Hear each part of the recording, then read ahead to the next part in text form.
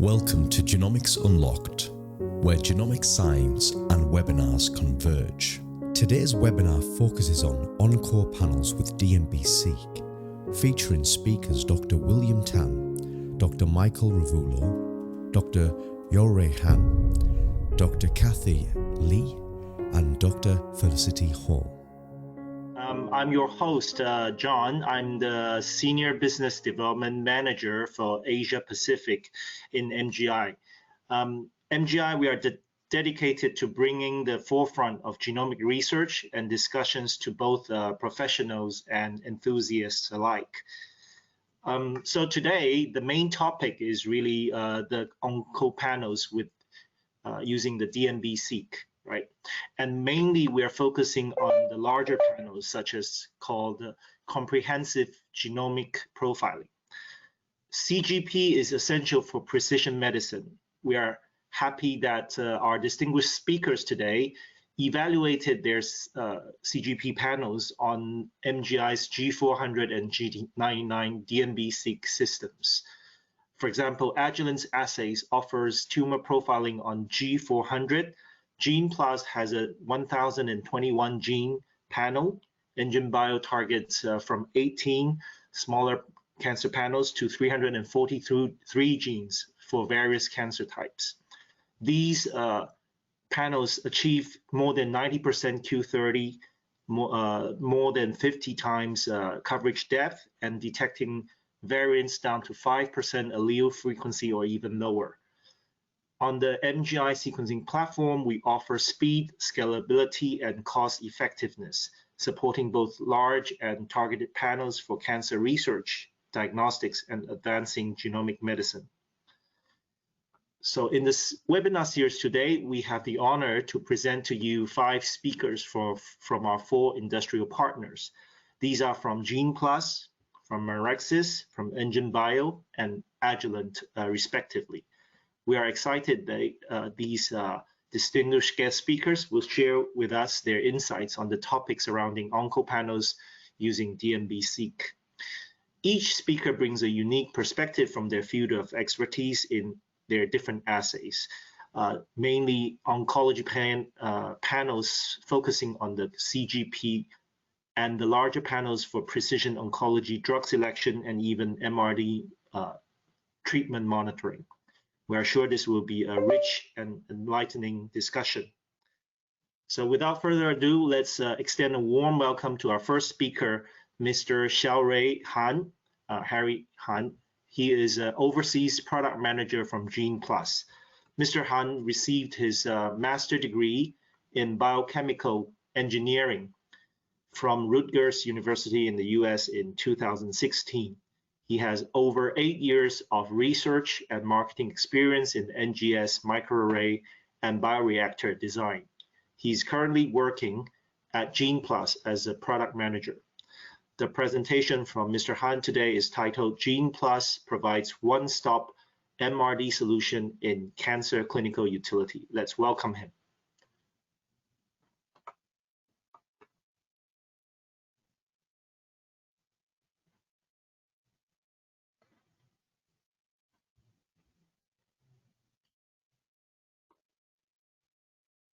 Okay, thank you, John, for the kind introduction, and good afternoon, everyone. Firstly, I would like to thank MGI for holding this webinar and inviting me to give this presentation. And my name is Harry, and today I would like to share some topics on the MRD total solution of the cancer clinical utility.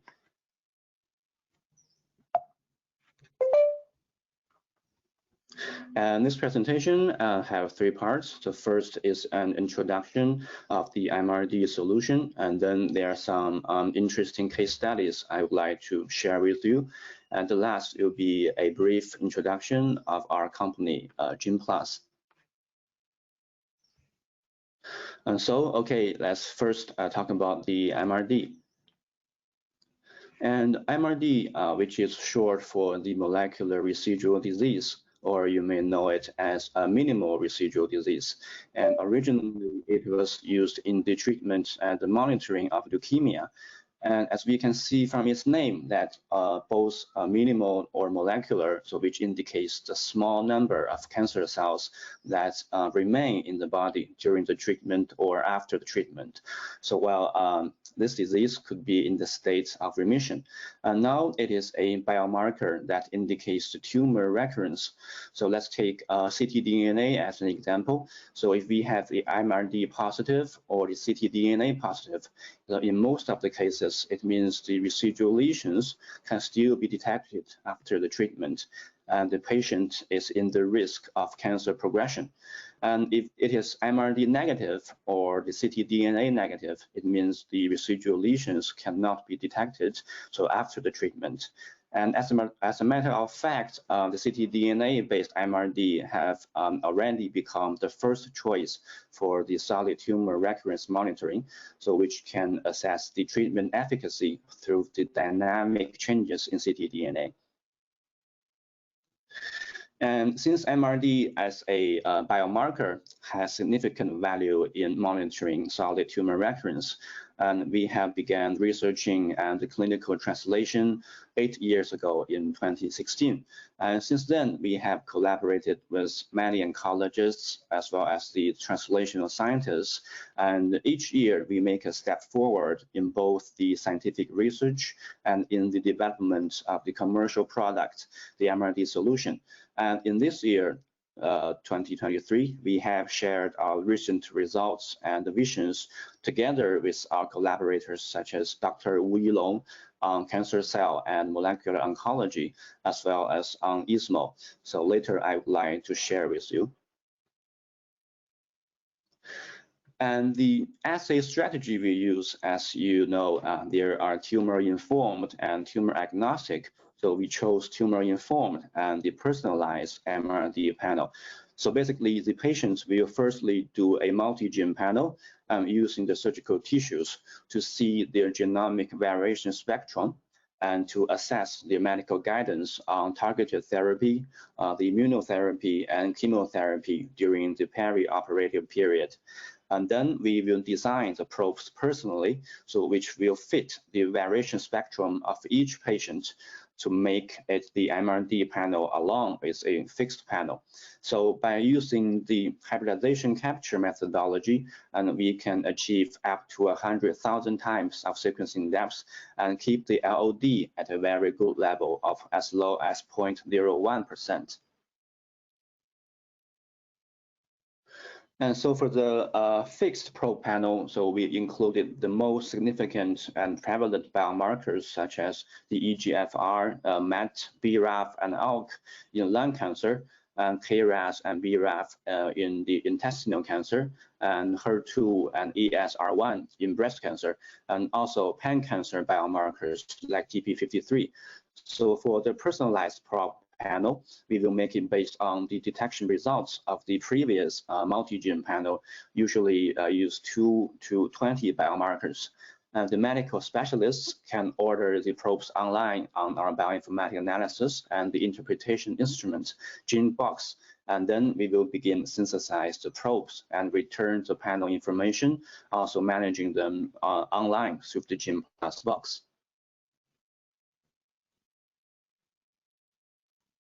So by using this methodology, we have verified at 0.02 variation abundance in 5 of the clinical laboratories, and the data below show very good performance and the compliance rate at higher than 95%.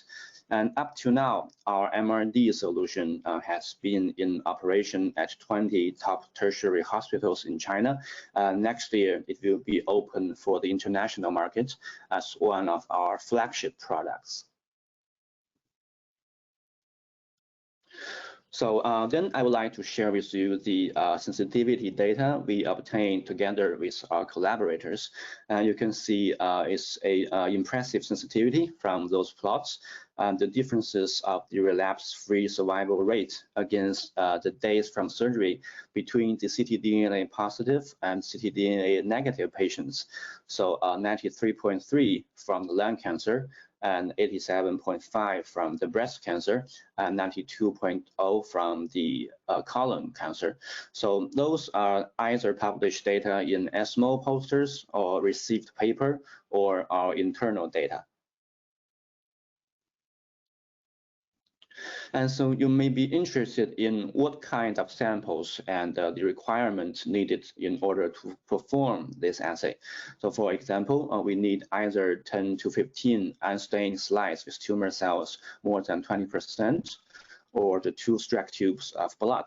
And we can detect the genomic alterations such as the single nucleotide variation, the insertions, the deletions, and the gene fusions.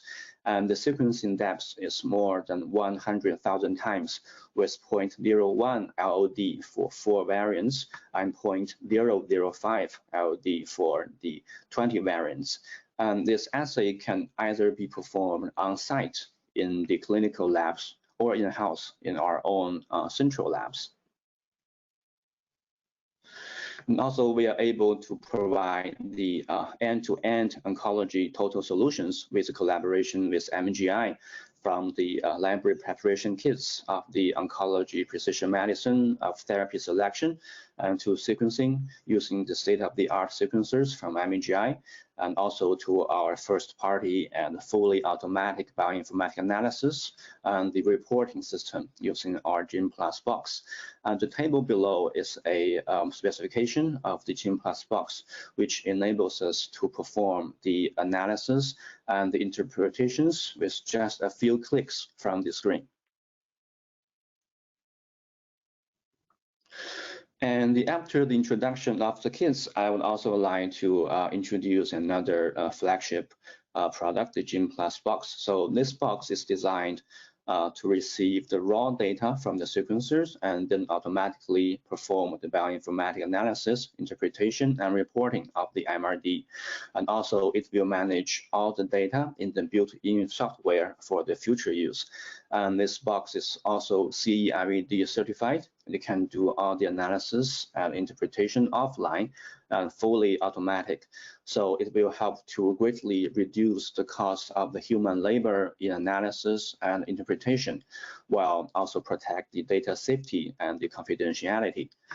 And to make this possible, we have integrated many well-acknowledged databases such as the GenomeAD, the CleanVar, the Cosmic, the OncoKB for the detection of the gene frequency and the variation significance.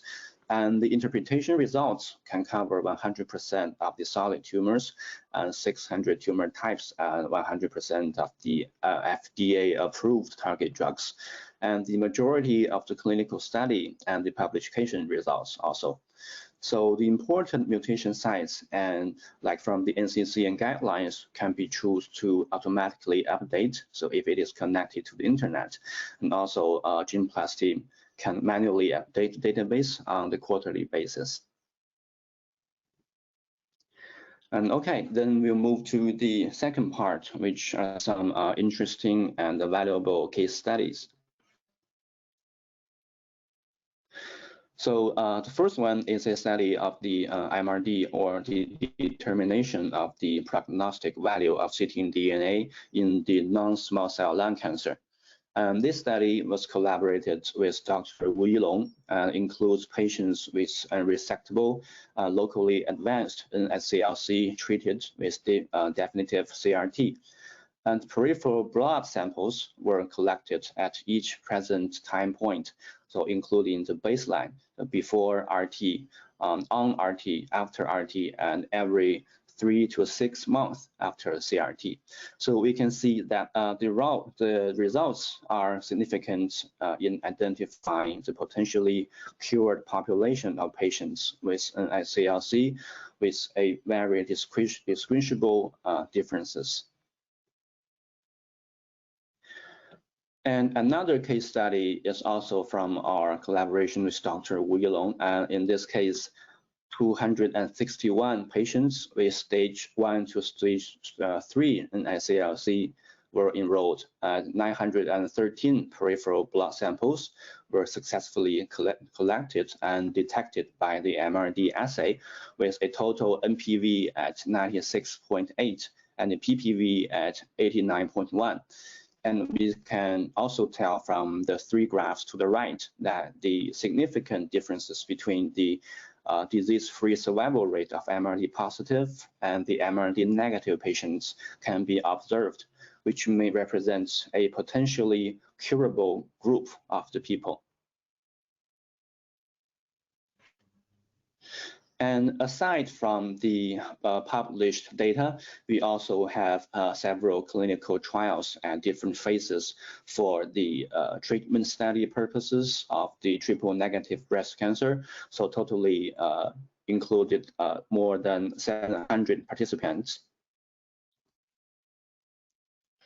And as well as more than 400 participants in locally advanced rectal carcinoma treatment study, and a observational study of 180 participants in the non-small cell lung cancer.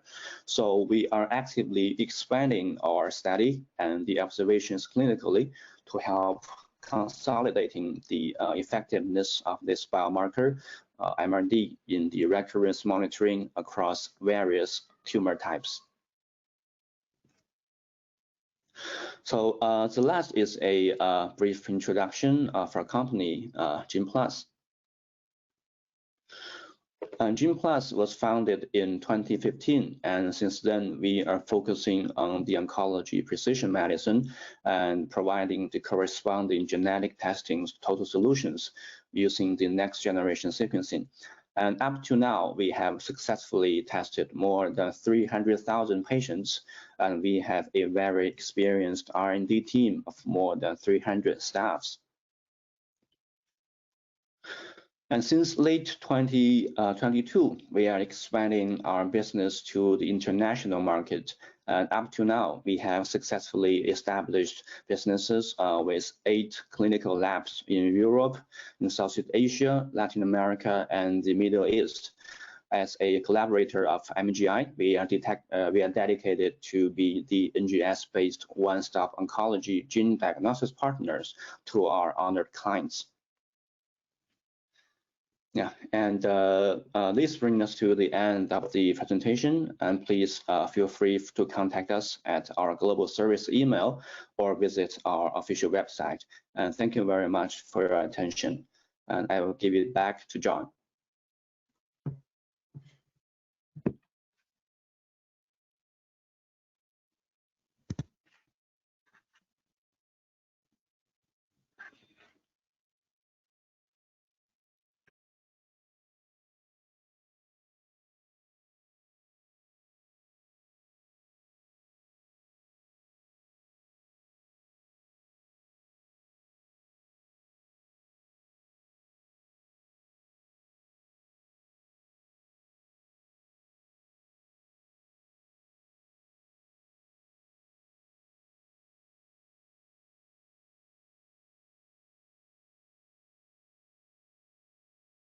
Hi, John. We cannot hear you. You're mute. Right, sorry about that. Thanks for Mr. Han for the insightful presentation. We will take the questions together after the Compass presentation by Dr. William Tan, as both are using the same GenePLUS 1021 panel. Right, and I just want to remind everyone on your right-hand side, the control panel of GoToWebinar, there is a question part that you can directly type in, right? So next, we welcome. Hi, John. We got a question from the daughter Sarin. Yeah, let's answer the questions together after Dr. Williams presented. Okay. Right. So we'll welcome our next speaker, which is Dr. William Tan. He is the Associate Director from Meraxis. Dr. William is in the clinical genomics affairs and medical affairs at Meraxis, where he oversees the scientific partnership and key opinion leaders engagement. He completed his PhD and 3 years of postdoctorate training in molecular biology at Lee Kong Chian Medical School in NTU, Singapore. He's currently a board-certified member of the Medical Affairs Specialist, recognized by the Accreditation Council of Medical Affairs, ACMA. Prior to joining Marexis, he has garnered more than 6 years of medical affairs experience in multinational pharmaceutical and diagnostic companies, focusing on therapeutic areas such as oncology, reproductive health, and OBGYN. The presentation today is titled When Bigger Can Be Better, a deep dive into a holistic 1021 gene comprehensive genome profiling, CGP panel. Let's welcome him. Thank you so much, John, for the kind introduction. Sorry, can you give me the right to share my slide? Yeah.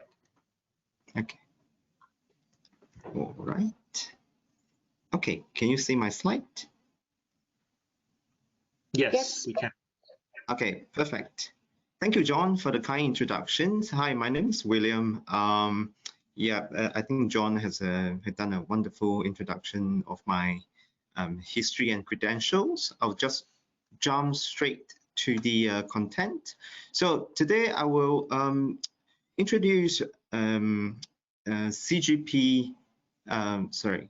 CGP solutions that offer at our laboratory, clinical laboratory called Compass.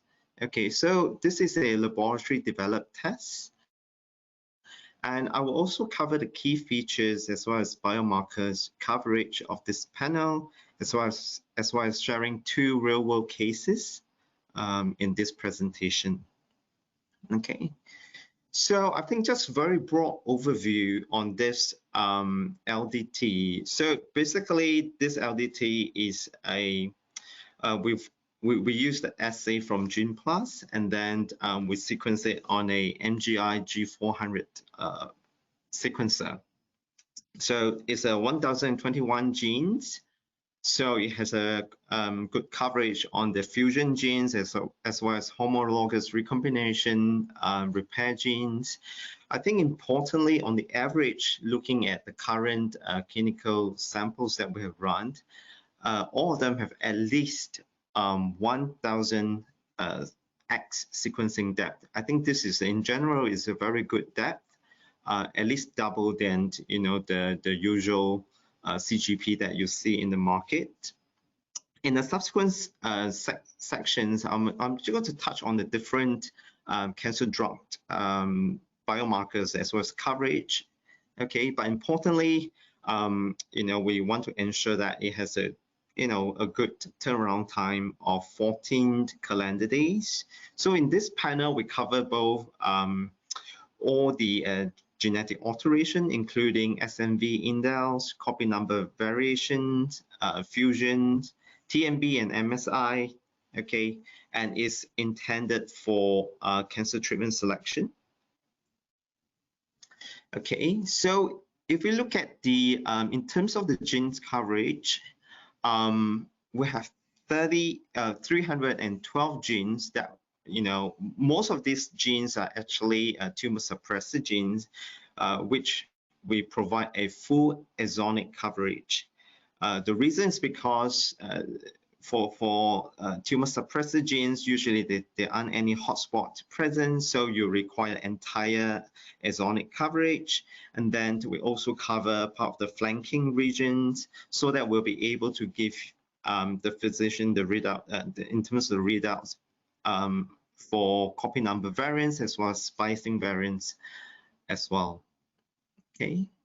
And then on the other hand, we also have 709 genes where we only had partial exonic coverage, reason being that these are mostly oncogenes, so with hotspot mutations. Okay, in terms of fusion genes, just now I forgot to mention, this test, we only perform DNA sequencing only. Okay, so therefore the fusion detection is based on the DNA readout. So we cover a total of 38 fusion genes. So that means we include intron region, promoter region, as well as fusion breakpoint regions. because of the technology that we use, the MGI technology is a hybridization method. So therefore, we can detect both known and unknown fusion partners. All right. So moving on to tumor mutational burden. Basically, GenePLUS has compared the TMB with the whole exome sequencing. Okay, so this is considered currently the gold standard for TMB measurement. So therefore, by doing this comparison, we will be able to sort of give an idea how well its performance is. So if you look at this, the concordance, you can see from this Spearman's rank correlation coefficient of 0.88. Okay, so this is quite good. So I think partly it's also depend on because of the large TMB region coverage that give this such a good concordance rate. So if you look at the microsatellite instability, or MSI, we also compare it with the 5 loci PCR method, which is currently considered the gold standard. Importantly, using the NGS method, we managed to sequence a total of 216 MSI markers, including the 5 quasi-monomorphic mononucleic repeat markers included in the 5 loci PCR. Okay, so the validation basically have been performed in colorectal cancer as well as endometrial cancer. You can see that concordance rate in terms of PPA and MPA, they are very good. So I think just the key coverage on the performance of the test. So next, I'm going to move on to a bit more in terms of the values that this panel can bring to the oncologists. But before I go into that, generally, why do oncologists order a comprehensive genomic profiling panel? Okay, typically it will be this 3 reasons. Firstly, either the cancer patient have exhausted a standard of care treatment. Secondly, the cancer of interest typically have a very complex mutational profile that cannot be adequately covered by a hotspot panel. Okay, for example, endometrial cancer, ovarian cancer, okay, and etc. Third, last but not least, when comprehensive genetic information is required, this is particularly relevant, especially if the cancer patient have received multiple lines of treatment, and then there's a horde of different resistance mutations present, then a CGP is typically required. All right. So to answer those questions, I think firstly, the physician, what they need to fulfill that need is to, firstly, they need a CGP panel that can, provide a information on all the cancer drug treatments informations, right? So with that in mind, so Compass is able to give a comprehensive information on all the 5 cancer drugs. This is what we call the big 5, right? The targeted therapies, the hormonal therapies, immunotherapies, chemotherapies, as well as PARP inhibitors. So in the subsequent segments, I'm going to touch on each of these different cancer drug type, and then talking about the biomarkers that are included in this ultra big panel. So starting with targeted therapies. So in the report, basically it covers 28 different drug target classes as listed here. Okay. So in the report, we also provide a total of 122 drug information, including 77 FDA approved drugs, as well as 45 clinical trial drug information. So this list is ever growing. So we do periodically update, the drug information in the report. So beside this commonly known drug targets, we also cover 10 novel drug target classes, including, for example, the up-and-coming AKT inhibitor, even the TP53 reactivator, MDM2 inhibitor. So in the recent ESMO or ESCO conferences, you do see a lot of data being churned out in for these drugs. Okay. So when it comes to hormonal therapy, the tests also cover both androgen-related as well as estrogen-related hormonal therapies.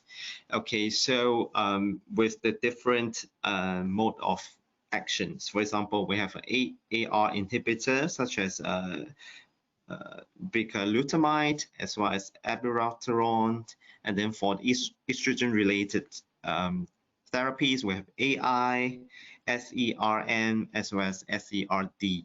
All right. So I think particularly in the Southeast Asia countries, information on chemotherapy is particularly important because a lot of time, especially if the targeted therapies are not available in those countries or have not been approved, chemotherapy will be the option to go for most cancer patients. So in the report, we also provide an interpretation of the SNP, the polymorphism variants related to 23 different chemotherapy drugs or drug combination to provide information not only on drug response, but as well as risk of toxicity. All right. So just give you a snippet on of the report. For example, 5FU, you'll be able to see, for example, the DPYD, okay? For example, if you have a particular genotype, you will have a decreased risk of drug toxicity. And then we also provide the level of evidence to support how strong the evidence is to help the physician guide the suitable chemotherapy for the patient. All right, so, and then we move on to the fourth drug category, immunotherapies. So besides TMB and MSI, Compass also provide a unique coverage of 44 different biomarkers associated with immuno checkpoint inhibitors response and prognosis. So not only we cover the positive predictors, but as well as the negative and prognostic markers. Just give you a taste of the different mechanism that cover in this predictors and prognosticator.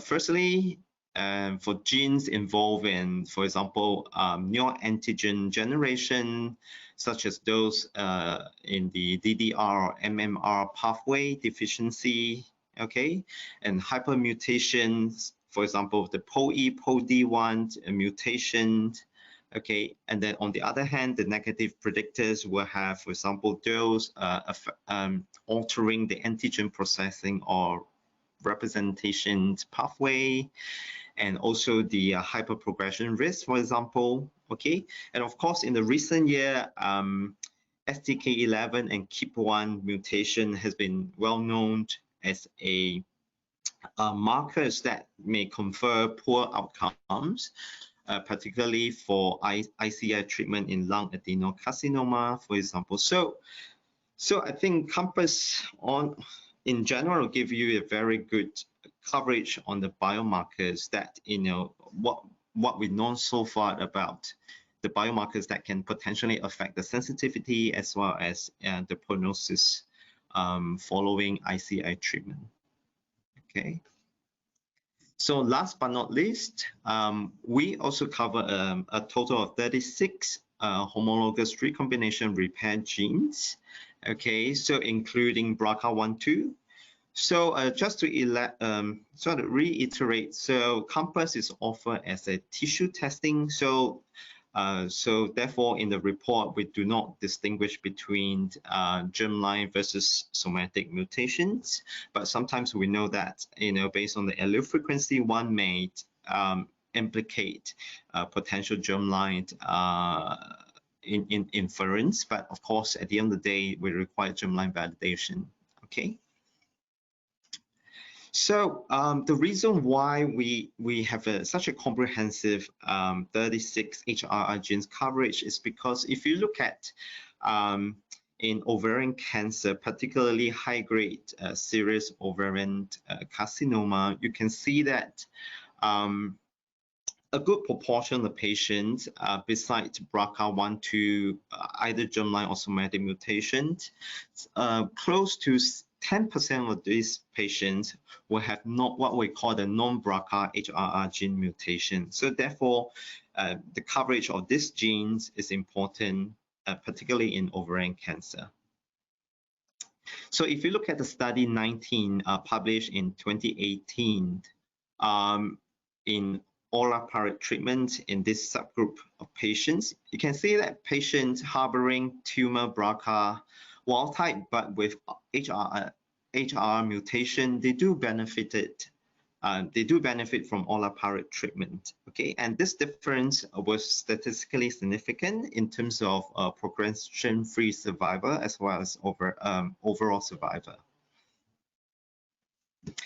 So when it comes to the second point, not only a comprehensive coverage is important, physician usually, we're required to, if you think of genetic testing, it's like a fishing expedition. So when the physician decides to go on, decide to go for CGP profiling, most of the time they require as much information as possible. So therefore, casting a wider net is generally the approach in CGP.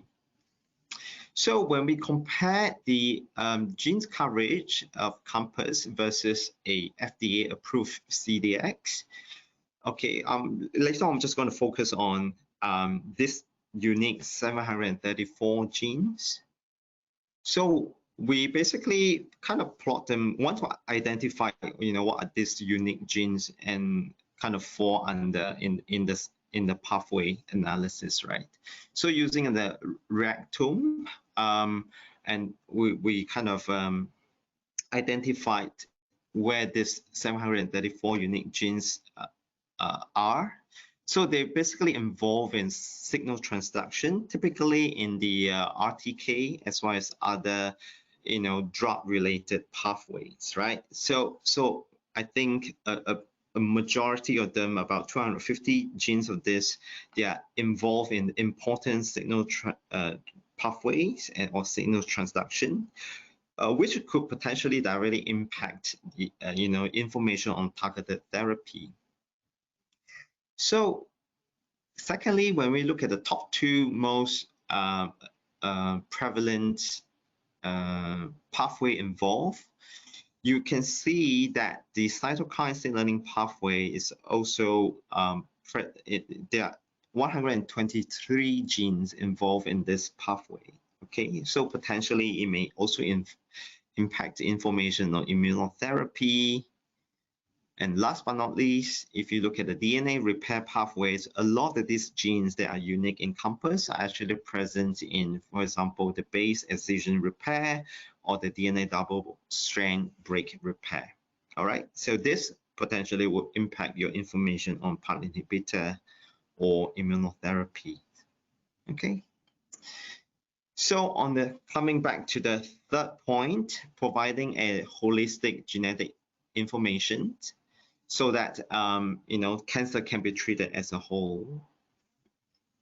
So when we compare the genes in CoMpass and kind of plot them over the 10 hallmarks of cancer, you can see that there's a very good coverage of this 10 hallmark of the genes involved in this 10 hallmark of cancer, which could potentially impact your drug treatment selections as shown here.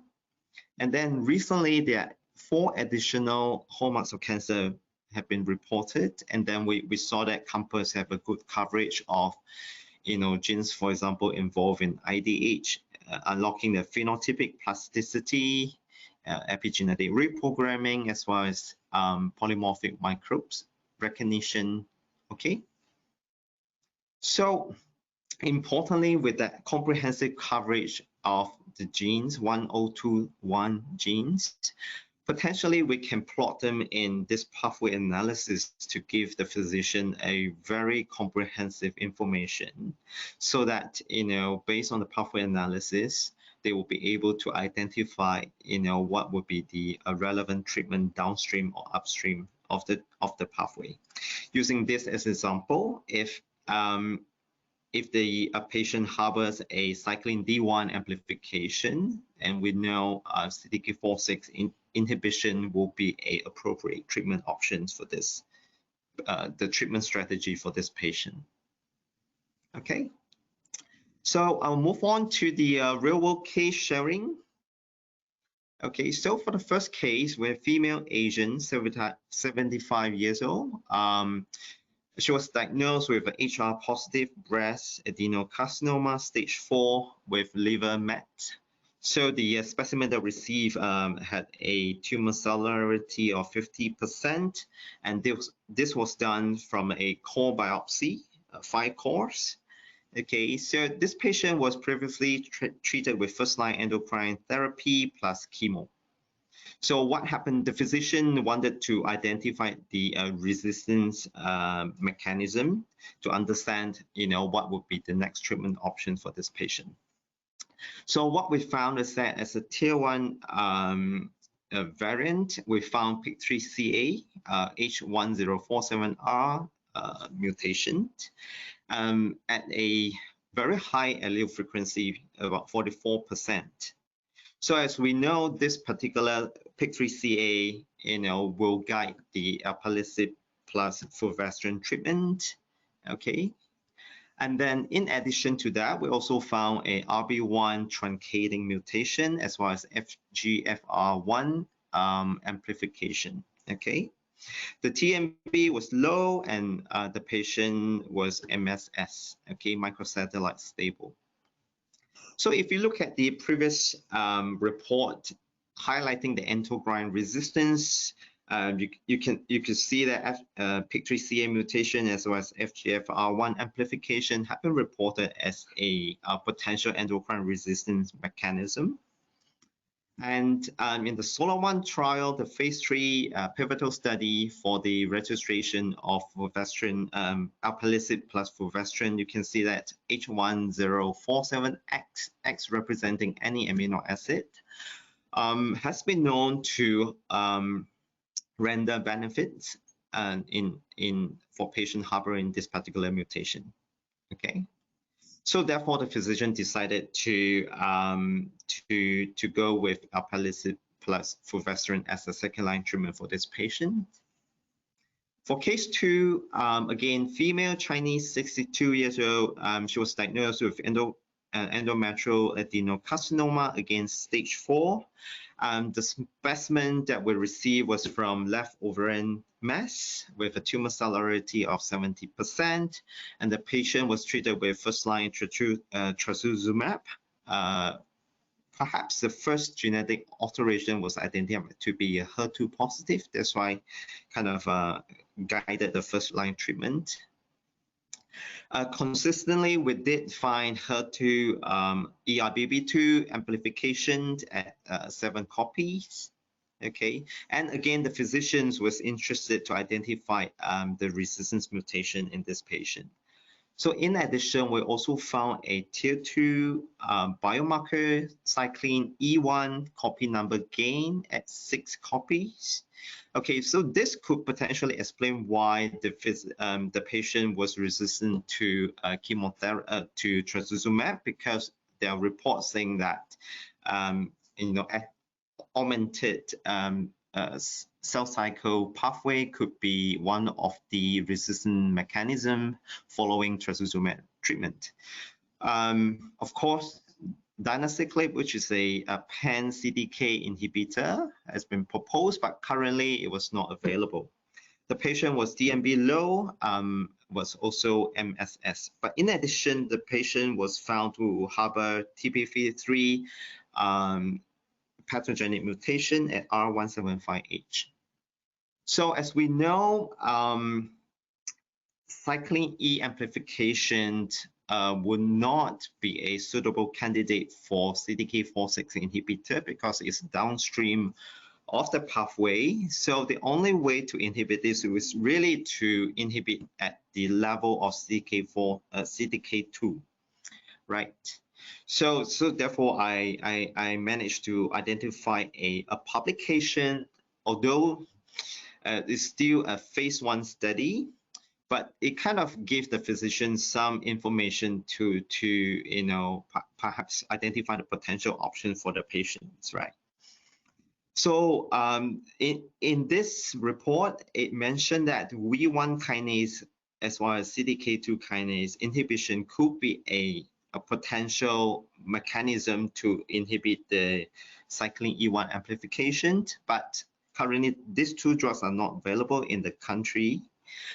So the physicians, you know, looking beyond that. So they have been reporting that, you know, for patients harboring both cyclin E1 amplification as well as TP53, they might be a good candidate with anti-angiogenic therapy, perhaps such as bevacizumab or other or multi-kinase inhibitor. Okay. So the physician eventually decided to explore anti-angiogenic therapy in this patient. Okay, so in conclusion, to bring back to the topic of my presentation, yes, in my opinion, bigger can be better, but only on 3 conditions. Firstly, if the CGP can indeed provide information on all relevant cancer drug treatments.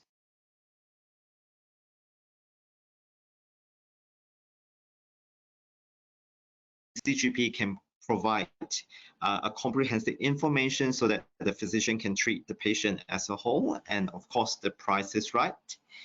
Yeah, I think this brings me to the end of my presentation. Thank you. Thanks so much, William. So we have time for maybe 1 or 2 questions. There's actually quite a lot of questions, and we try to answer by what we know, right? But of course, there are necessity that needs to come from you. Maybe we pick a few, and then the rest we can use email to answer everyone. So first, I think it's from Bagus Erdem. Could you please inform about the VAF read depth limitation for both tissue testing and liquid biopsy? Does hybrid capture system give us a flexibility for reporting low VAF somatic variants? Low VAFs. Oh, okay. So I'm not sure about the chemistry, but one way we can circumvent this would be by increasing the sequencing depth. At least this is from what I understand. So typically for liquid biopsy, they will go up to, you know, a few thousand, you know, just to make sure that the sensitivity is there.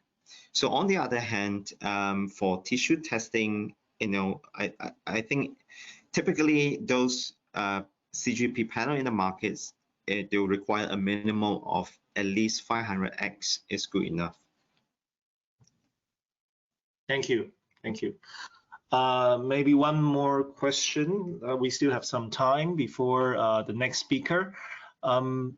Yeah, so from Dr. Ravi, TMB comparison with WES is having a 94.6 concordance, but with CoMpass it's 88% concordance. Of course, we know that WES is much encompassing much of the genome, right? So why is the concordance lower in CoMpass compared with the TSO 500? Oh, wow, it changes to TSO 500. Okay. Okay, I think that's a good question. So firstly, how we measure or determine TMB is one. Of course, the selections of the TMB region that you evaluate, and also the algorithms, whether you include synonymous or non-synonymous variants. That's 2. So every company kind of does it differently, right? And also in terms of the region coverage, is also different. Therefore, the Friends of Cancer Research, I think recently also came out with this TMB harmonization project, really with the intent to to kind of harmonize how we evaluate TMB. I think how they do that is, I believe currently in the phase 3 of the project, they have done some, in phase 1, they did some in silico evaluation. Phase 2, they use cell lines. I think in the last phase, they're going to use clinical samples. So coming back to this, so different ways of measuring it. If you ask me which one will give you a very good concordance, I guess always compared to WES. Yeah, so if we have a good concordance with WES, that should be the way to go forward. But of course, importantly, we should really harmonize how we measure TMB. Yeah, so I'm not sure how tissue 500 versus the GenePLUS way of measuring, but I think with the harmonization, we'll be able to make sure that it can be measured consistently and compare, consistently as well. Thank you so much, Dr. William Tan. Okay, so next we move to Dr. Kathy Lee. So Dr. Lee is from NGeneBio. She is the team leader and very experienced and accomplished scientist with over 10 years of experience in R&D in the field of molecular biology and microbiology. She's a leading expert in the molecular testing of cancer and microbiology and has published numerous articles in peer-reviewed journals. Currently, she is the team leader of the global application team at NGeneBio since 2018. She received her PhD in molecular biology from the University of Aberdeen in the UK in 2012. She also previously held positions such as research fellows and so on. She's a highly motivated and experienced scientist with a strong track record of success. The title of her talk today is Empower Your NGS Platform with NGeneBio, Comprehensive and Integrated Clinical NGS in Oncology. Let's welcome Dr. Lee. Thank you. I hope you can hear my voice. Okay, let me just share the slide. Okay.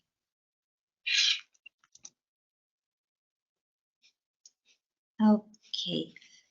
Thank you so much, and I truly appreciate this opportunity to present some of our R&D center's work, and especially about our products and then also software for the analysis.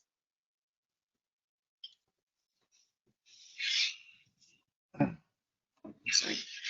Okay, I'm going to give you two different sections. So today I'm going to show empower your NGS platform with our NGS products and then software.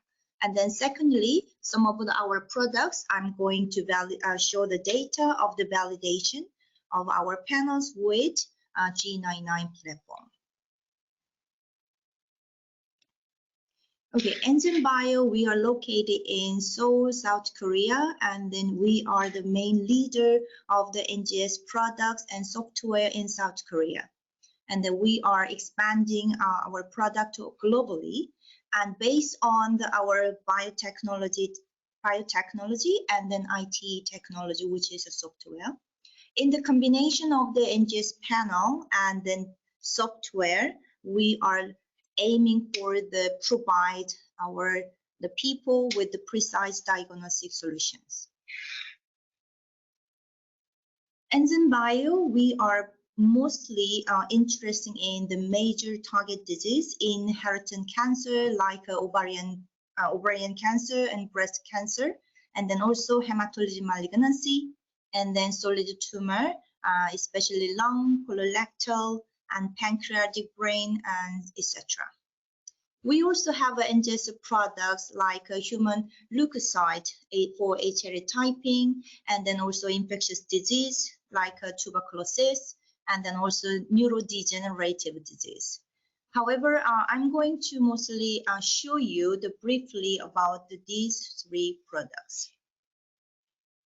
For the inherited cancer, we have two different types of the products, which is BRCA test for the breast and ovarian cancer, looking for the SMB indel and then carcinoma variation in BRCA1 and BRCA2. BRCA panel HRD is including HRR genes up to 42 genes, and then looking for also germline mutation, including BRCA1 and 2, and then CHEK2, PALB2, and ATM, and etc.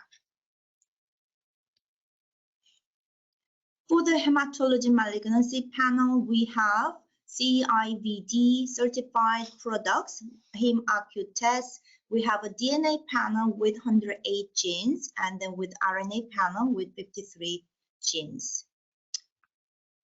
And then also we have an upgraded version, which is including WHO guidelines, and which is mostly including in MDS-MPN related genes.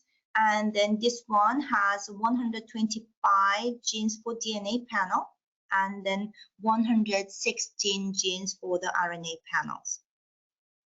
For the specified MDS-MPN disease, we have special products with the 97 DNA genes here, which is we co-develop with the hospital, one of the top hospital in South Korea. And then we also have MRD acute panel for the minimum residual disease, and especially for AML patient, and looking for the variants in FLT3. Like internal tandem duplication or mutation in TKD domains. For the next, I'm going to introduce about the solid tumor, and we have major 4 products. One is a solid acute panel. For the DNA, we have 84 genes, and then for the RNA, we have 29 genes to cover. And then DNA panel, we have a CIVD. And then for the comprehensive genome profiling panel, that's the OncoPanels panel. The gene is covering 344 genes. And then we are also on the development of the RNA panel. Hopefully this will be released in 2024. The gene is 165 genes included. For the lymphoma panel, and then we have a solid acute test that's including 424 genes, and we co-developed with the university in South Korea. On the development, we have a ctDNA acute panel for the lung cancer patient for the liquid biopsy samples.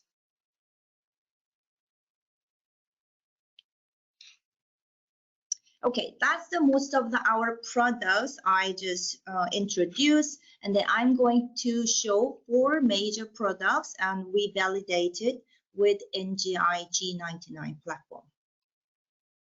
So this is the workflow of the NGS with our NGeneBios, and the first we normally start with the sample preparation.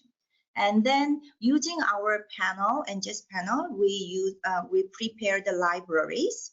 And then using MGI's product with conversion kit, and then make a DNA nanoballs, and then we run through the sequencing with the G99. And then using our bioinformatic pipelines, and then we make a clinical report that's based on the engine analysis, our software. So in the first few steps, we are using NGS panel provided with NGeneBio. And then there are 2 different types of the targeted panel. One is amplicon-based, and then the other is a hybridized capture-based panels. So from the amplicon-based, we have a BRCA test plus, and then HRD test, MTB, or MLD. And then for the hybrid capture targeted panel, we have a HemAcute test, solid acute test, and then OncoAcute panel. Today, I'm going to mostly mention about BRCA test plus, and then Hem, solid, and Onco. And then at the end of the sequencing analysis, and we are using engine analysis, our software, which is automated analysis, and then we are going to see and view the variance information. Okay, let's start with library preparation. So we are using four different NGS panel, BRCA-Plus, Heme, Solid, Onco, using different types of the samples, reference material, and then clinical samples. And then this is the how we making it. And then once you pulling together at this step, this is the final library, which is our standard. And then you using this library, and then we use the conversion kit to make a DNA nanoballs. And then using this calculation according to the manufacturer, and we make a single circular DNA and then nanoballs. Once we make a nanoball, we combine together. And this is the final concentration of the nanoball, and which is passed with what we expected. The next step is we run through the sequencing, and this is expected, the one we use for the 100 PE 150, and this is the what we get. And then final yield was 37 gigabase pair. And then when we're looking at the sequencing quality comparison with the platform A, and then by the panels, Heme, BRCA, Heme, Solid, and then Onco, compared to G99, and then you can see as a platform A and then G99, everything is comparable. Q30 trimming and the sequencing error, on target rate, and duplication or coverage or uniformity. As you can see, the sequencing quality is very comparable in compared to the platform A. Once we get the sequencing file as a FASTQ file format, and then we using our software engine analysis, and which is very easy. I'm not a bioinformatician. I have no idea what is going on with the bioinformatic tools. However, using engine analysis, I can do the analysis. Everything is very easy. So once you upload the FASTQ file in first, you have to log on. And then you uploading the FASTQ file, and then it will do the automatic analysis for you by panel. And then you view the result. Click by sample, click by variance. You will see the details of the information. And then once you view the data, then you can get the report automatically. Once you click it, and you will see the data and then report. Okay, let me go by panel and panel. So first is a BRCA-Plus. This is the information of our panel specification. So we are going to look for SMB, indel, and then also copy number variation. Okay, this is the result of the sequencing quality of the G99 in compared to platform A. And this is each samples we use for the validation. And then this is the variance information of the most of the BRCA1 and the BRCA2, including deletion, SMB, or copy number variation, or insertions.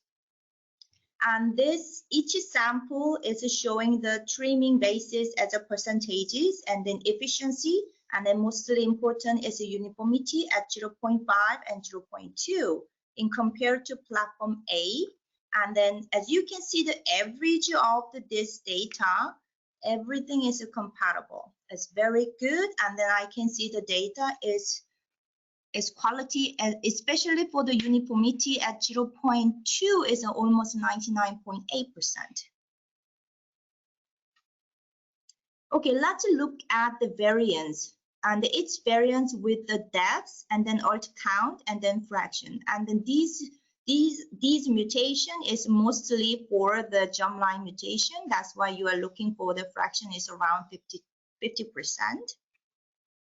And then especially with this clinical sample, and then also the here is a clinical sample. It contains copy number variation data. I'm gonna show the next slide is more details.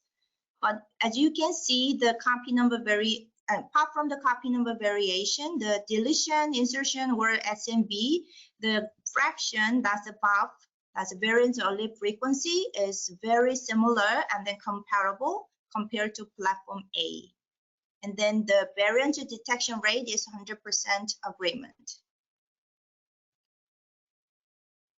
And this is the screenshot from our software. This is showing the copy number variation of the data in the BRCA1 or BRCA2.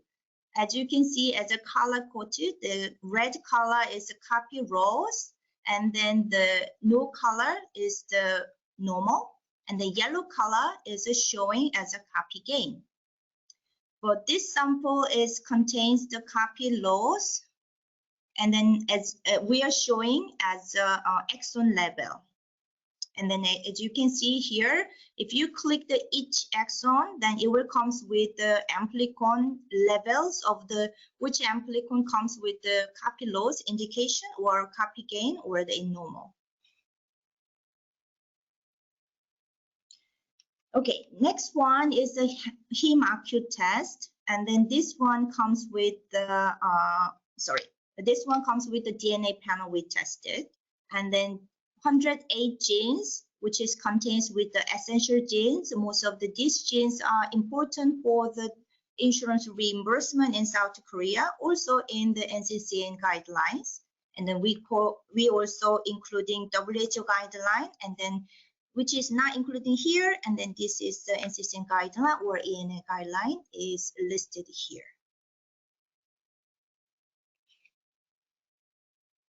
So let's see the sequencing quality base, and compared to platform A and the G99, the on-target rate is 51.7%, and platform A shows 51.4%. Although there is a duplication rate is slightly higher, but even on-target coverage is slightly higher, which is 1,353x compared to platform A. The data quality is quite good for the analysis. Okay, so I'm going to show each variance in the reference material, and then G99 and the BAF number, and then also platform A of the BAF number. When I'm looking at the comparison of the expected BAF of the reference material compared to observed BAF of the platform A, which is gray, and then the G99 is in blue. As you can see, they are very, very highly correlated, and the data-wise is 100% accuracy, and then also 100% detection rate. The next one is for the clinical sample of the 126 and then 365 of clinical sample we tested, and this is the previous result from the previous the NGS platform, NGS panel. And then we are doing analysis with the BAF here, and then also compared to the BAF of the platform A, which is very highly correlated, especially for the F33. That's very important. I'm going to show you next slide for the performance, analytical performance of our hem-acute test. Okay, this is the hem-acute test analytical performance. F33 ITD is very important, especially mostly found in AML patient or MDSA patient. ITD, the in lengthwise is very various, and it can be detected in the number of the different types, and then also the size of the base, the size of the length can be up to 207 base pair, which is we tested. Even in silico, we analyze the data of the F33 ITD up to 300 base pair, and then our bioinformatic pipeline can be detected.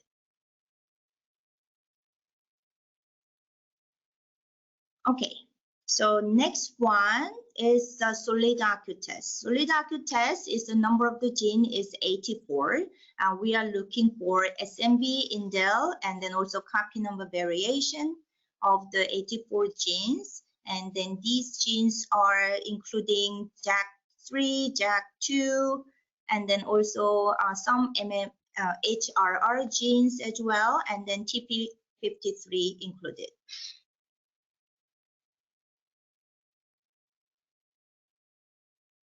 So using some of the reference material and then also clinical sample with FFPE samples is included. And then as you can see, the curve mapping and then coverage on target rate and duplication and the on target coverage is very compatible with the platform A. And especially the uniformity 0.2 is a 99.62%, which is no differences with the platform A.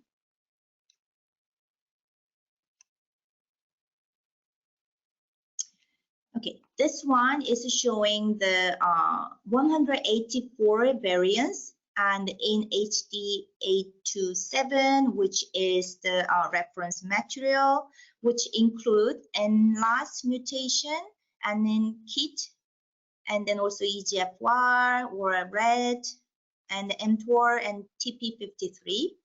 And then the variant type is SMV, insertion or deletion. And as you can see, these are the G99 data with the fractions. And then this is a platform A, the fraction. When I put it in the plot of the data, this is the horizontal value is showing the expected value of the reference material. And then the vertical value is observed above of the blue is the G99, and then gray is a platform A. As you can see, the data is highly correlated, especially when I'm looking at the platform by platform, platform A and then G99, they are very highly correlated as above fraction numbers. Okay, next one is I would like to show you about the copy number variation as a gene level in solid ARQ test. So these are two clinical samples, including TP53 variance mutation SMV, and then also copy number variation in CCND1. And then also this clinical sample contains a copy number variation in the various gene level. And then G99 also showing the similar pattern of the VAF number of the SMV and compared to platform A, and then also the copy number variation data is very compatible. And this screenshot is from one of our data you can download from our engine analysis software. We call it as an HTML file, and then once you download it, you can modify some of the graph, or you can check, or you can select a specific gene, and it will show as a copy number variation. So next slide, I want to show in also comparison study with the fish, which is already using in the clinical area to see the copy number variation. As you can see, one of the data is, here as a fish data, this is a normal, and then this is a heterodeletion. And compared to with our NGS panel solid ARQ test, the analysis of our NGS analysis software, and you can see this is from the normal sample, and this is a heterodeletion sample. As you can see, it has in agreement. Okay, finally, I'm going to show you OncoPanel. That's the comprehensive profiling CGP panel, and we have a CIVD, and then our gene list is 344, and then the target area is 1.29. And however, today the data I'm going to show you is SMV indel copy number variation, and then SV structure variation. Unfortunately, we haven't tested yet the MSR and TMV, but we love to test it with the G99 with some of the sample contains the MSI or TMV high. Okay, this is the gene list of the 344. Entire exome area is covered in 244 genes, and the partial or hotspot is 100 genes. And then the blue shade genes, like a third gene, contains the promoter region is included. And then green color area is the partial entrances, including to look for the SP. Here we are using the only reference material, and our OncoPanel is originally designed to read the reads is a 75 base pair. But in this case with the G99, because we are doing combination with all 4 panels together, that's why we only reading through the 150 base pair reads length. But in silico, we cut down to 75 to do some accuracy data analysis. In the comparison with the G99 and then platform A, the on-target coverage is very comparable, especially with the 75 reads length. I'm going to only mention about the data from now on with the 75 base.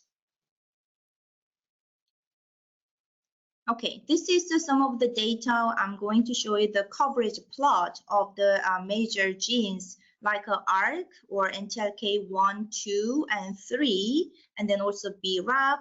The bottom area with the blue shaded, that's the G99. And then the above that, that's the platform A. This is the coverage plot of our targeted area, and then everything is very similar and they're very compatible.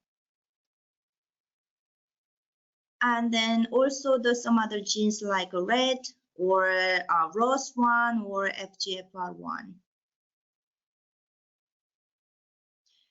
Okay, these are the reference material with looking for SNV or insertion or deletion compared to G99 or platform A.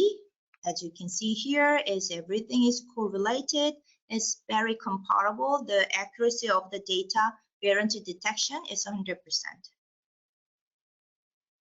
And some other genes here as well, or EGFR, or some of APC as well, the SNV indel, the comparison of the data is 100% agreement. Okay, some of the reference material contains the copy number variation, and then one is the MAD, and then one is the MIC and then we can see is the copy number variation detection compared to platform A is the same. But here is a copy gain is a 4.5 in the reference expected value. However, our reference, our engine analysis, the cutoff value is 5. That's why it comes with as a normal. However, the detection is the same. As you can see from the HTML file of the data, you can see that's the value of the 0, and then this is the MAD, and this is the MIC-N. So you can also see the data like that. Another variant type SV, this is like a fusion looking in the DNA level, and then this is G99, and the data as a split reads, and then discordant reads of the left fusion and then right fusion. And then as you can see, the split reads or discordant reads is very comparable. The detection rate is 100%. Okay, I'm going to show you 1 or 2 more slides. This is about the third promoter. Third promoter, the SNV is found in the third promoter is very important, especially for thyroid cancer.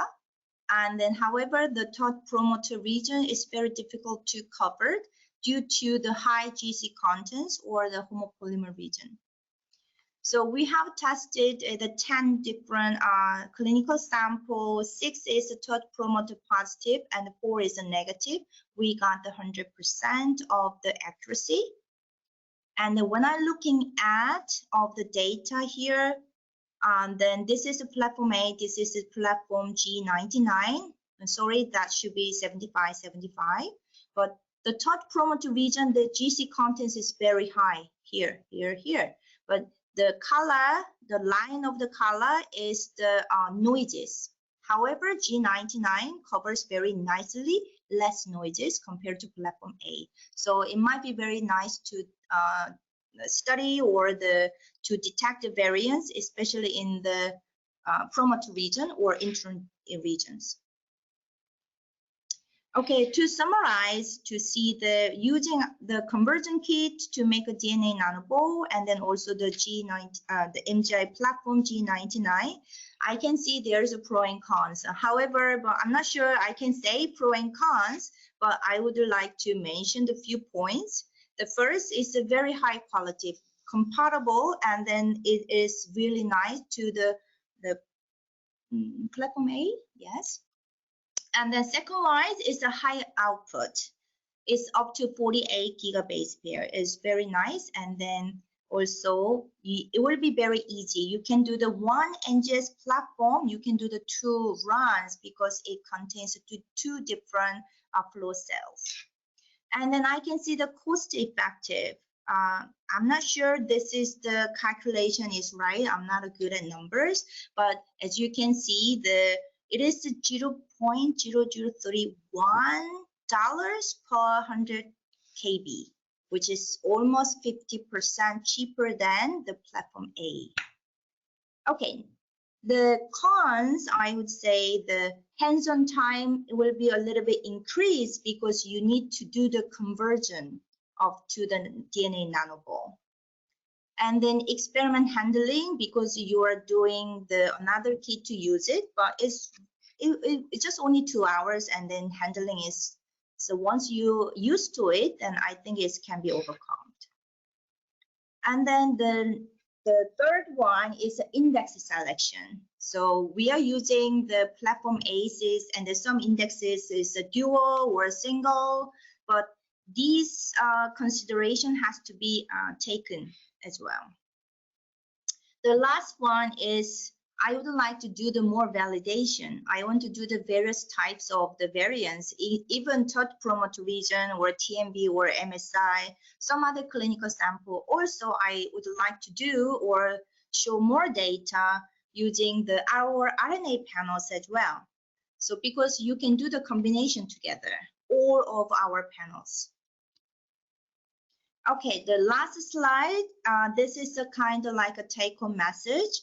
NGS products by NGeneBio and can be compatible with the MGI G99 with the high accuracy. And then I could see the huge potential of G99 in oncology field. And then also the one I mentioned as well, I want to validate more clinical sample to expand the coverage of the variant types. And the last one is the important message is NGS is a powerful tool for the personalized medicine or personalized treatment. Okay, thank you. I will hand over to John. Thank you so much, Dr. Lee, for this enlightening talk. We're very excited to hear this latest development, right, of NGeneBio's various kits and its performance on G99, such as the BRCA, Heme, Solid, and OncoPanels that's mentioned today. And we really like the data, the reference standards, the comparison of performance, and of course, our cost effectiveness. There's quite a few questions in the audience. Perhaps we go through 1 or 2 of those. There's two from separate people asking about the balancing library when using, I guess, on the MGI, right? Because this is a conversion, but then since it's amplicon based, there's a very similar in the structure. How much do you have to put in for balancing? Oh, okay. So what I know is compared to the platform A, when we mixing different libraries, we have to do the many different factors to consider, like coverage, what is the expected coverage, what is the uniformity you want to do, and how many samples you're gonna use, and then what is the expected on target rate you are looking for. However, G99 is very easy. I don't need to consider all this factor. I just need to do, okay, this is number of sample from this library. This is the number of sample this library. It's very easy to use because you are going to make it as one pool and then make a nanoball. So it was, for me, it was easier compared to platform A. Yes. Thanks so much. Let's find another question. Okay, what's the reason to make CNV cutoff to 5% VAF? For the OncoPanel, because we are doing some validation with some clinical sample. Actually, the OncoPanel is we co-developed with one of the top hospital in South Korea, and then we validate with around 7,000 clinical samples, and that's why we got that cutoff value. Got it. Thank you. I think there is one interesting question, right? We heard from you that most of your NGeneBio kits are IVD based, that there are still some that's RUO. So I think from one audience, there's after conversion, would these kits still be IVD? That depends on which country's policy. So like South Korea or America in US, and then once they validate with the data in the clinical laboratory, then that's okay to use as an IVD. However, some other country is not, if it is not validated with IVD of the machines with the validate together, it should be IVD. But in this case, maybe not IVD. That's why we are trying to develop, and then we're trying to make it IVD version with the G99 in the future. Thank you so much. Yes, we are more than happy to work with you on that regard. Right. Thanks so much, Dr. Lee. Let's move on to the next one, which is Agilent. Just give me a sec.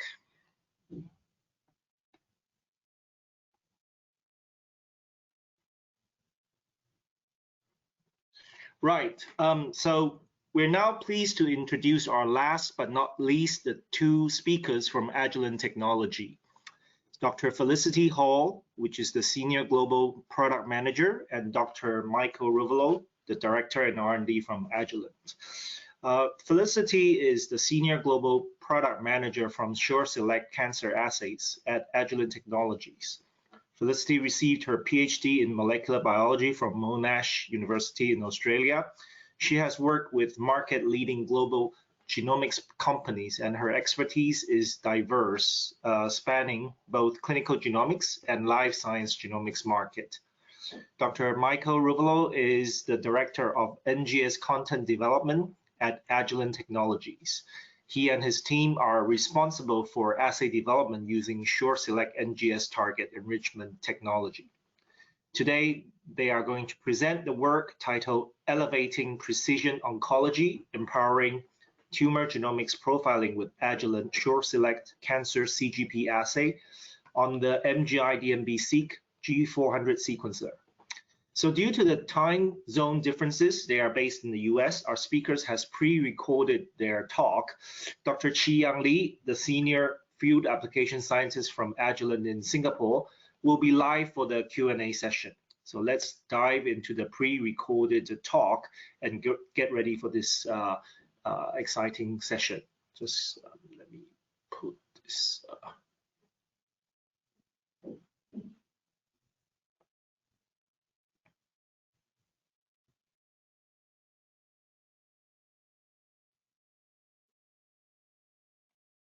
Hello, thank you for joining our webinar titled Elevating Precision Oncology, Empowering Tumor Genomic Profiling with Agilent SureSelect Cancer CGP Assay and MGI DNBSEQ G400 sequencer.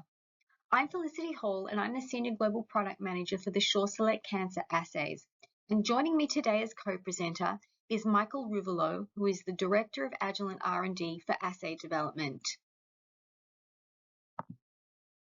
Today we will begin with an overview and introduction to the SureSelect Cancer CGP assay, followed by the workflow, panel content curation, and library prep automation.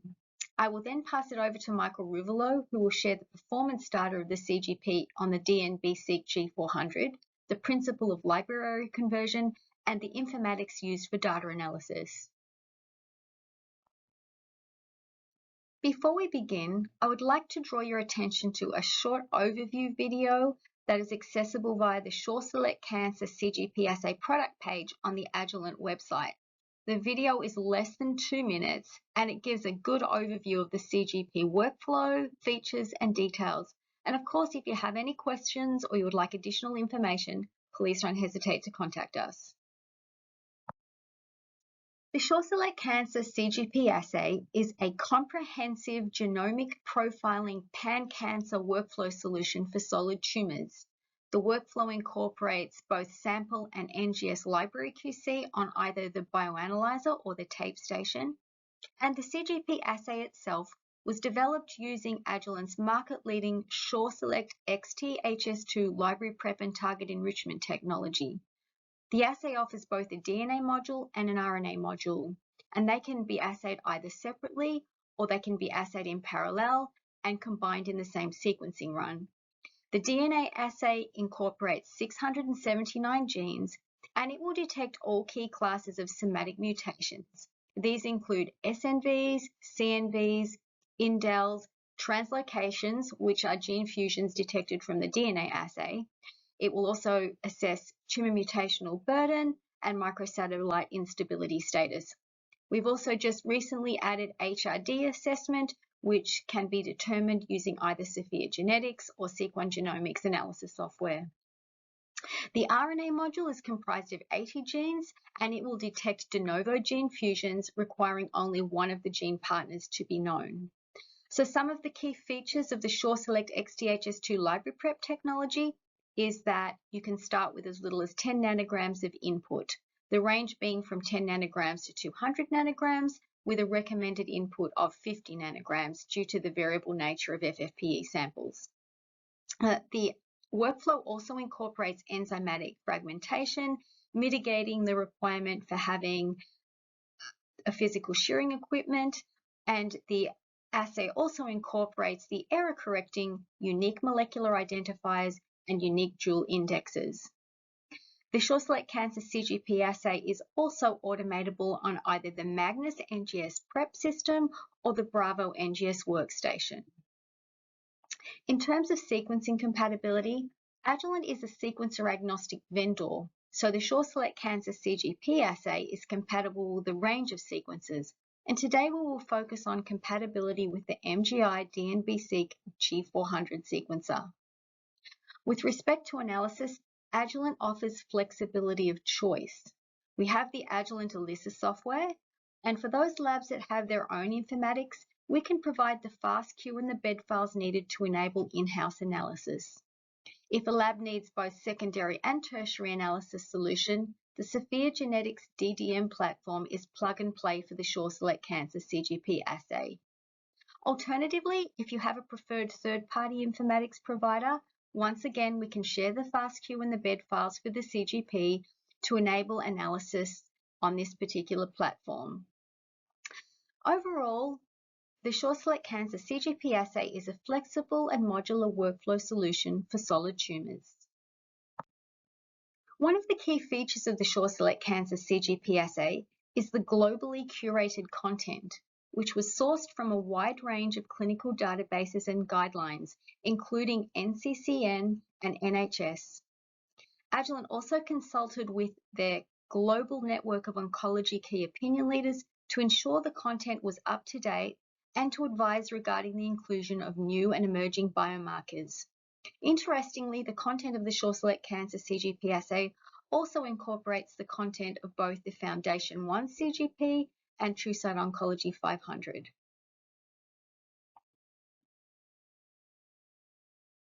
Agilent has two automation platforms for the SureSelect Cancer CGP assay, and both will prepare high-quality sequencing-ready libraries.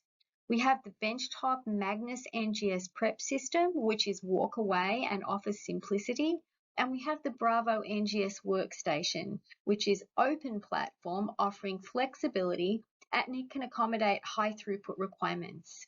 And now let's take a closer look at each of these systems. So the Magnus NGS Prep system is a compact automated benchtop platform for walkaway library preparation. Just to highlight some of the key features, it requires only 10 to 15 minutes hands-on time for run setup, and it includes on-deck enzymatic fragmentation and on-deck bead cleanup. The turnaround time is fast. It's approximately 9 hours per run from fragmented DNA, which means that you can run approximately 8 samples per day or, depending on your lab, up to 2 runs per day. It also includes a UV light for deck decontamination in between runs, and it has an integrated camera to perform a full inventory scan of the barcoded reagents, and it checks the placement on the deck and the expiry date. We also have a reagent rental program available. The SureSelect Cancer CGP assay is also compatible with the Bravo NGS workstation, which is also an automated liquid handling platform for scalable library preparation. This enables you to scale up your sample throughput to 96 libraries per run. We also have a reagent rental program available for the Bravo. We also recently expanded the SureSelect Cancer portfolio to add tumor-specific panels. These are subsets of SureSelect Cancer CGP assay content of approximately 50 genes per panel, and these enable lower-cost tumor genomic profiling. In September, we launched the SureSelect Cancer Lung Panel, the SureSelect Cancer Colon Panel, the SureSelect Cancer Pancreas Panel, the SureSelect Cancer Kidney Panel, and the SureSelect Cancer Bladder Panel. We also have curated content for gastric, melanoma, prostate, and breast panels.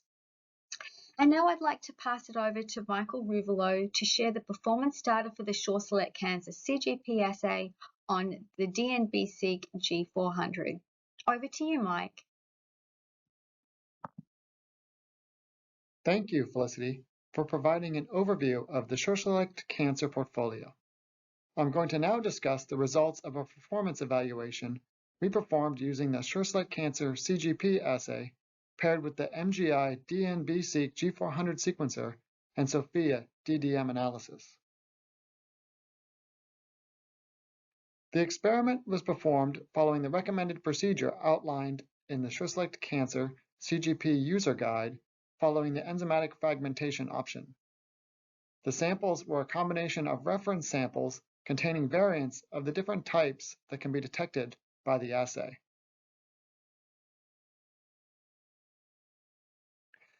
The kit for the SureSelect Cancer CGP assay includes Illumina-compatible adapters. To test the CGP assay on the MGI sequencing instrument, we modified the adapters to make them MGI sequencer compatible using a 3-step process. First, PCR is used to generate the MGI-specific adapter sequence, as shown on the left in yellow. That product is then denatured to create single-stranded molecules, which are circularized to create the template for the DNBSEQ G400 sequencer, as shown on the right. This process was used to generate the data that I'll be sharing today. The SureSelect Cancer CGP assay consists of a DNA and RNA sequencing module. I'm first going to discuss the results with the DNA-seq portion and then transition to the RNA-seq module in the second half of my talk. In evaluating performance of the DNA capture, we want to look at both capture specificity and uniformity.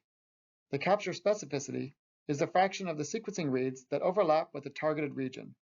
The plot on the left shows that greater than 65% of the reads have at least 50% of their read length overlapping the targeted region for all 3 samples tested. It's not shown here, but if we look at the fraction of reads that are on or near target, that is those that are expected to be pulled down by the assay, the value is greater than 80%, showing high specificity. Along with this high specificity, it is key to have high uniformity in the capture. That is, that all the target regions are captured with similar efficiency. We can see this on the plot on the right, which shows the fold 80 value, a measure of uniformity. The closer the fold 80 value is to 1, the more uniform the capture. Values that we see here in the 1.4 to 1.5 range demonstrate high uniformity. High capture specificity and uniformity translates to high sequencing efficiency, meaning that fewer sequencing reads are needed to reach the targeted coverage value. This allows more samples to be sequenced together, lowering the cost of the assay.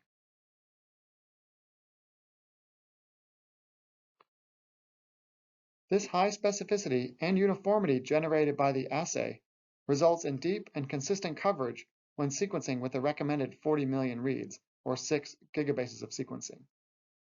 The plot on the left shows the average sequencing depth across all of the targeted regions. We see that the average depth is close to 500x following deduplication for all of the samples. On the right, we see that greater than 90% of the targeted bases have at least 300x coverage. This deep coverage ensures that variants with allele frequencies down to 5% can be reliably detected across the full targeted regions.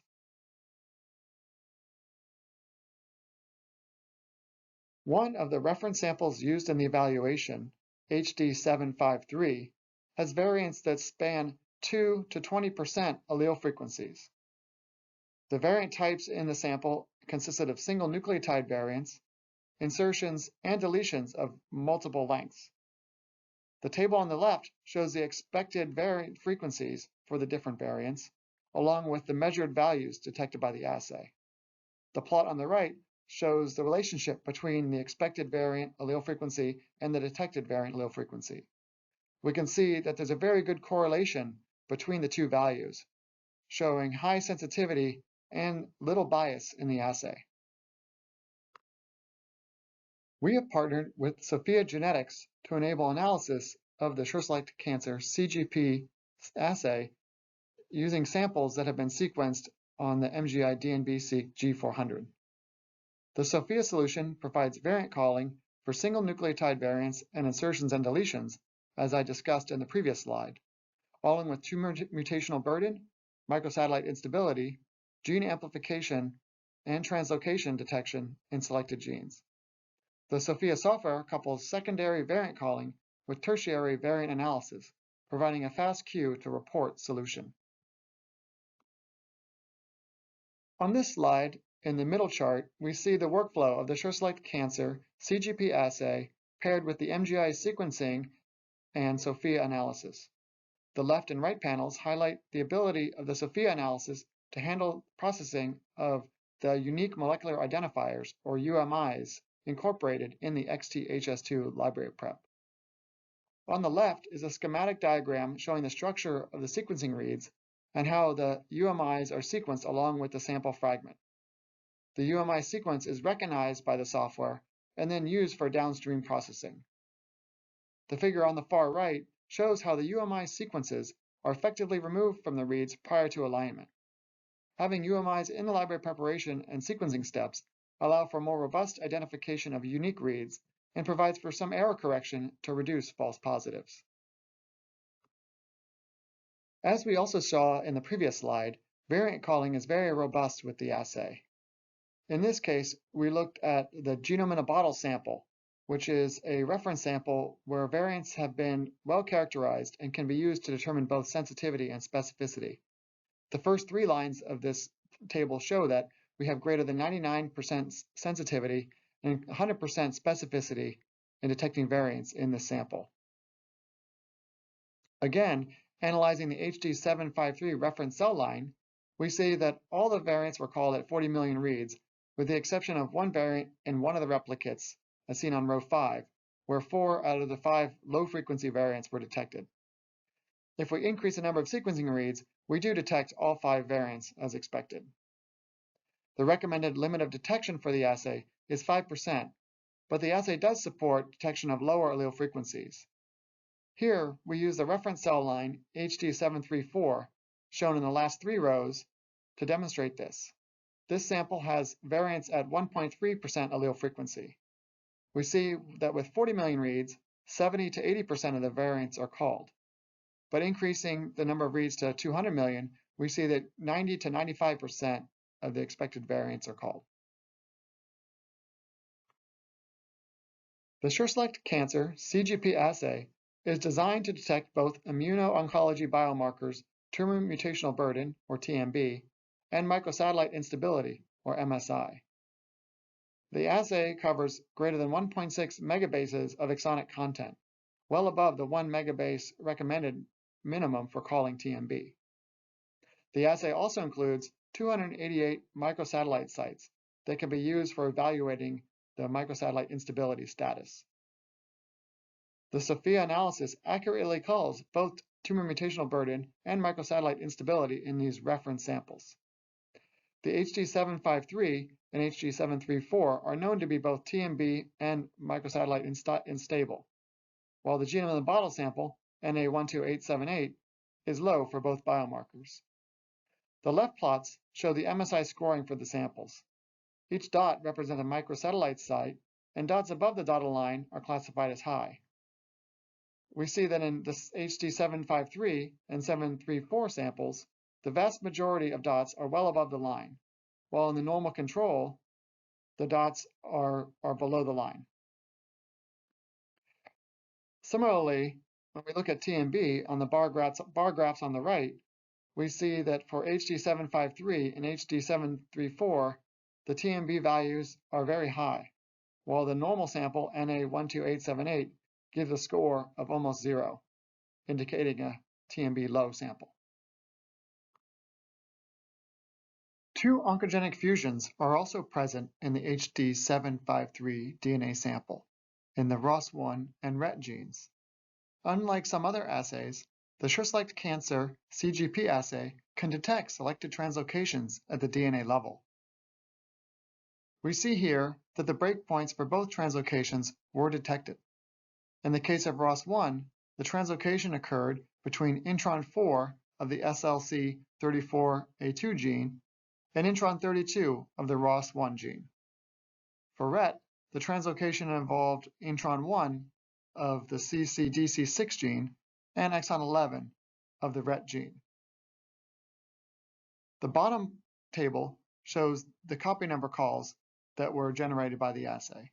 Again, the HD753 sample has amplification of the two genes, MYC-N and MET, with MYC-N amplified at 9.5 copies and MET at 4.5 copies.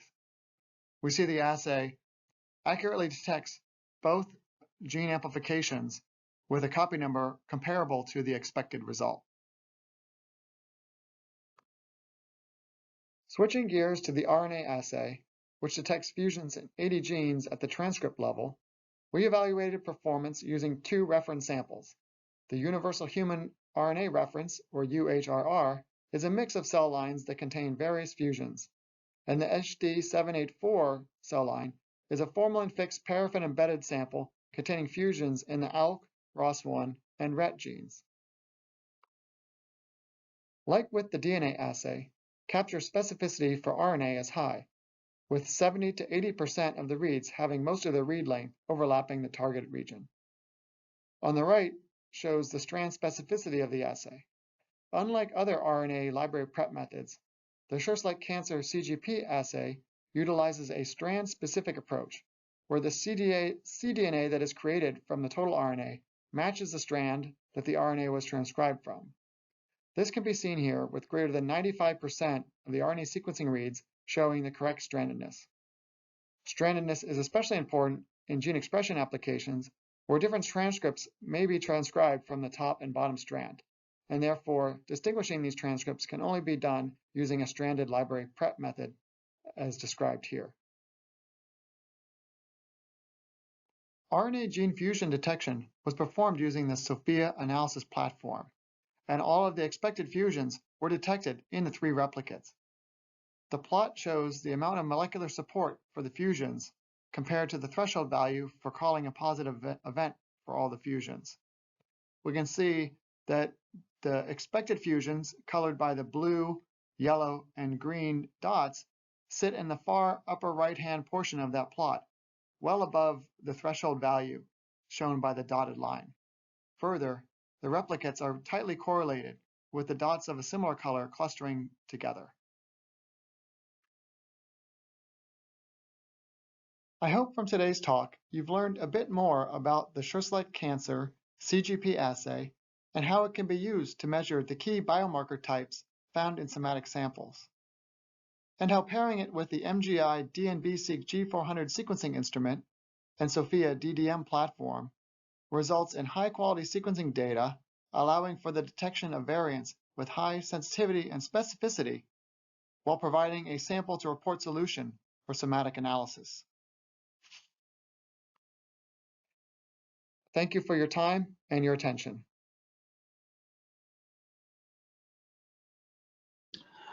Thanks for the Agilent's recording. Also, there was a short video mentioned. Now we're playing this. Hope you can enjoy.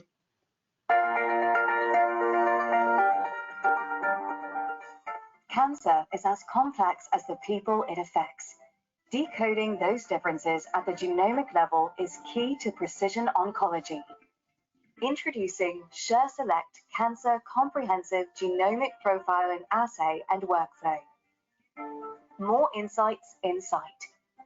Using next-generation sequencing, the SureSelect Cancer CGP assay enables you to detect biomarkers from solid tumors by profiling clinically relevant genes and assessing key classes of mutations to gain insights into tumors.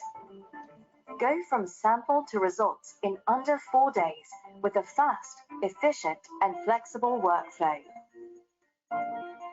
Start with as little as 10 nanogram input for library preparation. Perform enzymatic fragmentation, eliminating the need for physical shearing equipment, and incorporate molecular barcodes for confident results. With the SureSelect Cancer CGP workflow, you can automate library preparation and target enrichment for greater efficiency and productivity. And choose from a range of compatible NGS sequencers and data analysis options to confidently meet the needs of your lab. Advanced precision oncology with SureSelect Cancer Comprehensive Genomic Profiling Assay. More insights in sight.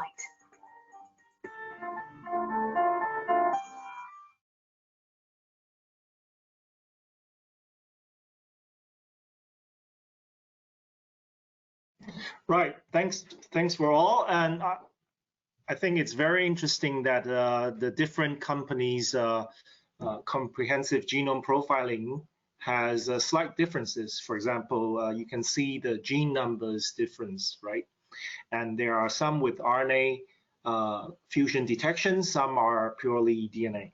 Okay, so let's go to the question part. We will hand over to Chi, who is the senior field application scientist from Agilent, to answer some of the questions. Chi, I'll hand it to you as a speaker, as a presenter. Thanks, John. I'm trying to see if there's any questions in the chat box. Yes, I do see a question regarding, I think this is a question about conversion, right, from Agilent. So as a main person also working closely with Agilent, we know that this current Agilent CGP is based on conversion, but both Agilent and MGI, we are currently developing a native adapter kit, right? So later on, all SureSelect panels will run on the MGI DNBSEQ chemistry and sequences. Right, that's something that Agilent, I guess, headquarters is working together with the MGI team. Yeah, exactly. So something to look forward to, yes.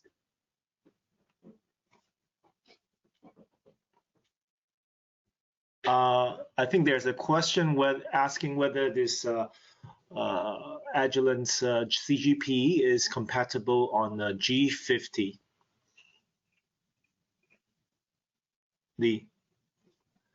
Right, so I think, and please correct me if I'm wrong, John, but in terms of the chemistry-wise, be it the G400, the G99, or the G50, they're all the same. So we just have to do the conversion of the library that you have the enriched library with the MGI conversion kit, and you'll be able to sequence on any of the MGI sequences. The key consideration really is the output. So as long as the output of the sequence set which you have in your lab meets your requirements to achieve the coverage and the flexing of the number of samples, you should be fine. Yes, I can also add on a little bit on this. So yes, it has been tested on the G400 presented today, but also it has been for our latest sequencer, which is called G99. This is one of the fastest instruments in the market, runs a pair N150 in 12 hours. So that flow cell itself is 80 million reads, and you can run this flow cell separately or together in this sequencer. And where this Agilent CGP has a 20 million read for DNA and 5 million read for RNA, right? So that's really a very suitable size to run 3 to 4 patient samples and with a very quick turnaround. This we hope to share with you soon, and then the app note would also be released by both MGI and Agilent. So G50 is also another platform. It's a slightly larger than G99. It's a previous platform. So of course, if it fits for G99 and G400, the in between G50 is also suitable. There is a question from the audience for what is the minimum tumor percentage and DIN value accepted to detect 5% LOD?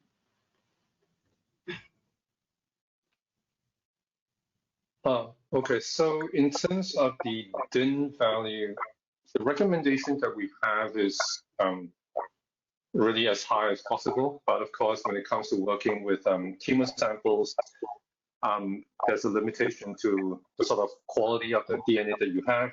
What we do recommend is if it is, trying to remember, there's a certain DIN value that we have as a cutoff to, and if it's more than that, you just have to increase the input amount as much as possible. But if it is less than a certain DIN, I'm sorry, I can't remember, it's mentioned in the protocol, then it's a question of whether you want to proceed. If you do, the data may not be as good as expected. But if not, then probably something you wouldn't want to proceed to process them. Okay, thank you. So we're a little bit running at the end of the time. I just want to ask the last question would be is multiplexing these this Agilent CGP with other applications such as WES, have you tested it in-house? As in multiplexing on the MGI sequencer? Yeah, I guess if you have tested on your default sequencer, right, it should work as well. Yes, I mean, from Agilent's perspective, all our assays have been developed on the Illumina. We have got done some internal tests as well as together with our customers for our exomes on the MGI sequencer. And of course, now with the CGP, is something that we're currently working directly with MGI team, John, including yourself, to really show that it is compatible. And as Felicity mentioned in the recording, with the SureSelect platform, we really strive to be sequencer agnostic. So we want to make our panels to be compatible with as many sequences as possible, including the different MGI sequences. Thank you so much. Thanks. So I would like to end this session now because we're coming to the end of the time. And just to remind you that all the presenters here and we will take the questions you've asked and then email you with the answers later, right? Because I think we don't have the time to answer all of it. So thank you all for the engaging questions and discussions. We hope this webinar has provided you with valuable insights into the latest tools to investigate OncoPanel sequencing on the MGI platform. We have our webinar on demand It's on the Genomics Unlock webinar series website, which I have also typed into the Q&A. Please check just search for the Genomics Unlocked website, and you'll find and easily can see these recordings, and it's always there. So we encourage you to revisit these sessions, and thanks again for our guest speakers and all participants to make this event a success event. So we look forward to hosting you in our future webinars. Thank you all.